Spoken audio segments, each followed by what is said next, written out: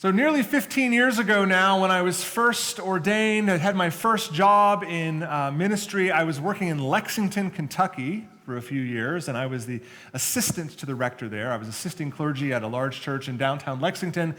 And one of my jobs was that I would go out to an assisted living facility that we had there in Lexington, and we would have a service out there, a Eucharist, during the week. And it was a wonderful time. You know, people from the assisted living place would come and allow them to have a service there on the premises, and it was lovely. Although I do remember I was right up against a bridge game, which was sort of a problem because if the bridge game went long, you know, our attendance would go down by half. But anyway, that's not what I wanted to tell you about. What I wanted to tell you about was a funny experience I had when I was there one time. And I've thought about this for years now. So I was there. We had a library at this facility, not too different from our library room that we have here. You know, it had a big table in the center, and there were lots of chairs that we would pull around for the service. And so I went in there, and I was kind of setting up like I normally do. And some of the folks from the place who were living there came, and kind of the early folks who got there and were sitting, we were chatting, and I was starting to get vested. And this man walked into the room. And he looked very bewildered by what was going on. He looked a little bit uncertain about what he was seeing. He was kind of like he had never, you know, he's like a fish out of water. Like he'd never seen this before. And it kind of took him a few minutes to realize what was going on. And I'd never seen him before, you know, so I was very welcoming. I was like, "Oh, sir, we're so glad. Oh, thank you for stopping by. You know, nice to meet you." I introduced myself. "Are you joining us for the service today?" And that's like when 2 and 2 made 4 in his mind, you know, and he got this look of absolute horror on his face, like terror had seized him as he realized he had wandered into a church service and someone was inviting him to join. And he got the most shocked look I've ever seen on his face as he sort of surveyed the scene and he realized what was happening. And he said, "Oh, no, I was just looking," he said. And he turned around and ran out of there. I don't think he moved that fast in a decade. He was gone out of that room. And I think about that sometimes, just looking, right? Walking into the service, "Oh, no, I'm just looking, and I'm getting out of here." We do that sometimes. I do that, right? You've ever been in a store maybe, and the clerk is bored and maybe a little too helpful, and you're just like, no, I'm just looking, I swear. I don't need you to kind of follow me around today in the store. We do this from time to time, and it's kind of a polite way of saying, just give me some space, leave me alone, right? It's kind of a nice way of doing that. He was just looking. And I sometimes wonder if we don't have a relationship at times in our lives to our church, to our faith, to our religion that's a little bit like that man who wandered in by accident on that day. We are just looking. And we don't really want to go any further. We don't really want to engage anymore. We're just here to sort of take in the sights, right? That's kind of the idea.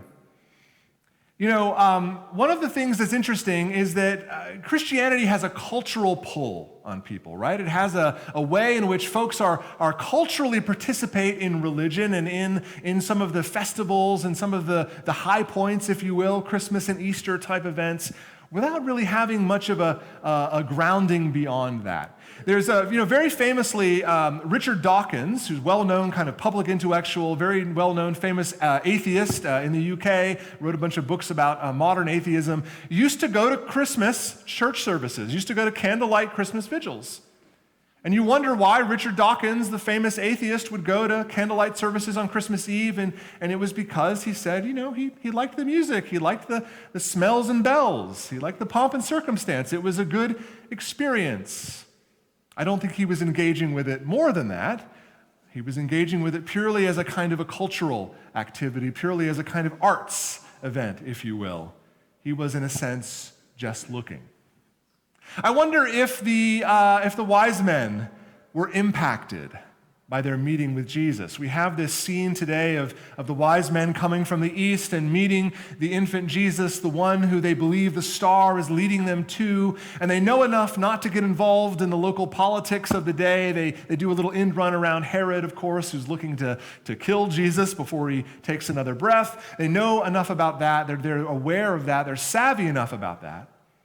But I wonder if the wise men were impacted any more than that? Did they go back to their home country? Did they lead different lives? Did they have different goals or priorities? Did they think differently? I mean, Jesus was just a child. Did he impact them in some way so that they were different than they were before? Or were they sort of tourists passing through, coming to see what was there, following the star, going home? They had a good journey. But it's like when we go to, I don't know, we'll take a visit trip to Paris or something, or take a trip to Tokyo, Japan or something, and we come home, we saw some wonderful things, we took some good photos. Are we changed by it in some meaningful way? Were they changed, or were they just looking? I think that's a really good question. Compare that sort of engagement, or again, I'm being a little bit cynical, maybe the wise men were massively changed by what they experienced, but compare that sort of just looking engagement with the way that Paul talks to the Christian community in Ephesus. He talks to them and says, you are going to receive an inheritance, he says. He says, you were destined for adoption as God's children through Jesus Christ. With the eyes of your heart enlightened, you will know the hope that he called you, the riches of that inheritance, because children receive an inheritance, don't they? Unless they've been very, very bad children, right? Children receive an inheritance. Tourists don't receive an inheritance, but children do. And notice the difference is one between visiting, just to put our toe in the water, just to see, just to take a look, and being members of a family. Being part of a family requires a different kind of engagement, doesn't it? When you're part of a family, maybe you have a falling out, maybe you have a hard time with your parents, maybe you struggle with your siblings, but you still have a family. And whether you have a good family or good relationships or a bad one, bad relationships, it still remains that was your experience. You don't have different parents than the ones you had. And so there already is this sense of being part of something, hopefully for good, which is bigger, which is grander, which is more important, which involves you in something that is about, well, in that case, about blood. But here, Paul is saying, no. The Christian community is about being part of a family, but not a family of blood, a spiritual family, a family that draws in all people who share that same faith and that same hope. And it is, in fact, being part of that family that gives us the eyes, he says, the eyes of the heart. What a beautiful phrase Paul uses, to see that hope. That is being adopted, being part of a family. And that's a different sort of engagement than being a tourist, than just looking, right? It's a different way of thinking. You know, I often wonder, because I used to struggle with this a lot. What about, God, what if we could just meet you now? What if I was able right now to walk and meet Jesus in the flesh, in person, incarnate Christ? Would that have a different impact on me? Would I be more faithful? Would I be more serious? Would I be a better Christian if I was able to do that? Why doesn't God speak to us, I sometimes wondered, in more direct and concrete ways? And I had a revelation about this the other day. Think about all of the people who met Jesus. I mean, literally met Jesus, who walked with him, talked with him, hung out with him, spent time with him. Not all of them were changed by that encounter. Not all of them had their hearts and minds changed or transformed. Not all of them became his disciples. For some of those folks, it made them worse. The scribes and the Pharisees, don't get better by their interactions with Jesus. They get mad. They want to take it out on him, right? There were so many people that physically met Jesus during his life on earth, but weren't changed by it, weren't open to it, didn't have, again, as it says, the eyes of the heart to see what was happening. And so I wonder, would I be that way? Would I be able to change? Would I be impacted by that encounter? Or, in a sense, is what given to us all we really need? Is what the message, the living word of God in the person of Jesus Christ sufficient and complete? Is it enough? And I know that it is. It's what we have to go on. It is, in fact, the hope, the promise of something that can transform our very lives. But do we engage with it? See, it's an excuse that I had. I think, oh, if I met Jesus, I'd be different. I'd be a disciple like Peter or Paul or something. Not necessarily. Not necessarily at all. Many people weren't. So the question, I think, for us is, are we ready to be transformed? Are we ready to be engaged? Not in a hypothetical sense, but in a real sense. Do we want to go deeper? Do we want to be disciples? Do we want or allow ourselves to be transformed? Maybe in the last week you got a flyer from a gym near you. You got an advertisement to, it's the new year. Do something about this, right? You got an ad like that? I did. I'm in need of that too, by the way.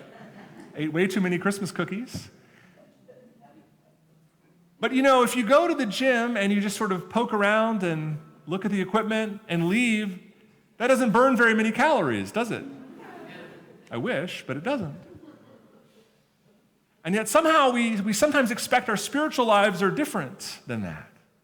That we can sort of walk through and just look, take in some of the music, take in some of the art, take in some of the ritual that happens, and have a life that is disconnected from that. Are we just looking, or are we disciples? Are we going deeper? One of the things that I want to suggest, because it's a new year, it's our first Sunday of the new year, is an invitation to that kind of work. And I actually have a list of things. Oh, yes. And in fact, this list is just the tip of the iceberg. And by the way, I want to say this is not a guilt trip, okay? The gym will put the guilt trip on you. This is not a guilt trip. If you have a balanced life of prayer and life of service and you feel like your plate is full, this is not for you. You're good, okay? That's fine. I don't want to make anybody feel guilty or like they should be doing more than they are. But I also want to say this is a wonderful faith community with many different options and opportunities for folks who do want to go deeper, who do want to bring something else into their life, who do want to challenge themselves in a new year to go deeper in their faith. And so to those folks who are interested in that, let me just give some suggestions.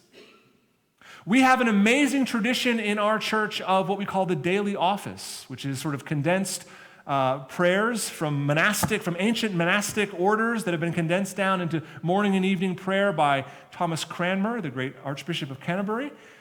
We have that legacy in our prayer book. It's never been easier to engage in daily prayer in meaningful ways.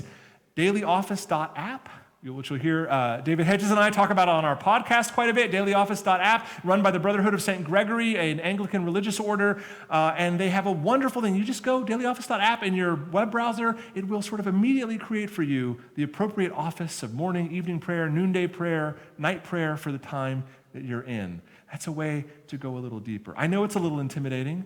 If it's a lot, read part of it. Engage with what you can, engage with what you are called to. That's a great option that you can do on your own in this new year. A few times a week, maybe every day. If you're feeling motivated, try praying some or all of the daily office. Next Sunday, we are starting a new Bible study here. Right here, 8:30 in the morning. If you are interested in knowing what is in the Bible, and in fact, for me, really the heart and soul of the Christian experience, the Gospels and the Acts of the Apostles, we're going to be covering that in quite a bit of detail in the coming months. You can join in with that. There's schedules for that we can give you on your way out today. There's a couple of those left. We'll have more of those, of course, next week if you want to jump in on that. In February, I'll be starting, as I do every year, an adult inquirers and confirmation class. If you were someone who was maybe confirmed when you were 16 or something and don't remember a single word of what happened back then and want to maybe re-engage with some of these fundamental topics in theology as an adult, this is for you. If you've walked in and said, I have no idea what the Episcopal Church is or Anglicanism, I don't know anything about this and want to know a little more about the history and tradition and fundamental theology within Christianity, this can also be for you. We're starting that in the middle of February. Let me know if you'd like to take part in that. Our wonderful bishop will be here on Pentecost this year. I'm very excited about that. And there's an opportunity to reaffirm your faith or be confirmed if you haven't been confirmed, or even be baptized if you haven't been baptized. We can do that at the Easter Vigil. On Wednesday, every single week, 11 a.m., we do a healing service with the saints. It's a Eucharist like this one, but it's also an opportunity to learn about our great predecessors in the faith, the saints that have gone before us. But more than that, it's also a community that's deliberate about praying for one another. We lay hands on each other and pray for each other every week as part of that service. That's a way to go deeper as well. Centering prayer is resuming here on Friday, January 16th. That's 11:30s on Fridays. That's a way to meditate in the Christian tradition. We do that here every week, starting up again in just a couple weeks from now on January 16th. Monday night prayer is a new offering we started towards the end of the year, which will be resuming also on the 12th of January. Not tomorrow, but the week after that we'll be beginning. You heard recently about a new Anglican rosary offering, right? That's available Tuesdays at 10 a.m. And there's a sign-up sheet for that out there as well to find that information, as well as the link on our website to be part of that. These are all ways to engage in a deeper prayer life. And then number 8 is really like 50 different things. It's volunteer opportunities. We have so many of those. We heard over the last year from all kinds of people, from Imago Dei Middle School, from Sister Jose's Women's Shelter, from Impact of Southern Arizona. We've got folks who volunteer out at Habitat for Humanity regularly and lots of other places. Those are all ways to engage with the world, to engage with your faith, to engage with this new year. So again, I do not intend this as a guilt trip. I do not intend this as you should do more, and you're already doing so much. But if there is a voice in you saying, maybe I'm going to let go of something, pick up something new. Maybe I want to find something new because my life, I'm looking for something right now. These are just opportunities, and this is just the tip of the iceberg. This is just the stuff right on the tip of the tongue of ways that you can engage to deepen your spiritual life, to deepen your life of service, your discipleship within this community. That's why we're here, ultimately. So don't have your faith be a thing where you're just looking, coming in, taking a look, leaving, never having an impact on you. Instead, think about your faith as a family that you have been born into, a family that is there for you, that sometimes bruises one another, sometimes is not perfect by a long shot, but ultimately is there to love and care and support you in your own walk.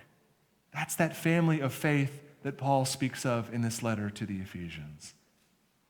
And with the eyes of our heart enlightened, let's see the hope to which we have been called. In the name of Christ, amen.